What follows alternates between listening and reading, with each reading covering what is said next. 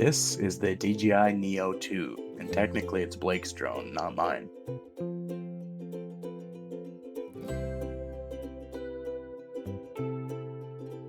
He got it for Christmas and he's 4 years old, and it's somehow become his personal videographer.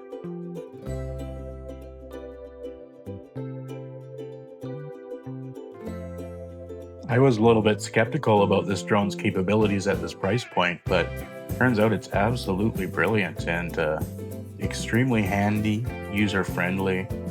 Don't need to connect to satellites or connect a controller. You can pull it out of your pocket or bag and click a button, and it's recording. It's a handy little portable videographer. Seeing my 4-year-old son launch, land, gesture control this drone almost immediately is pretty wild.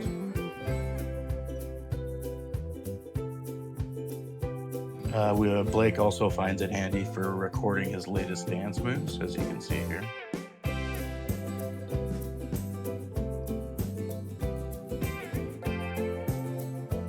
This is obviously still a drone, and you need to be careful, but a safe, family-friendly way to introduce drones and cameras to my son.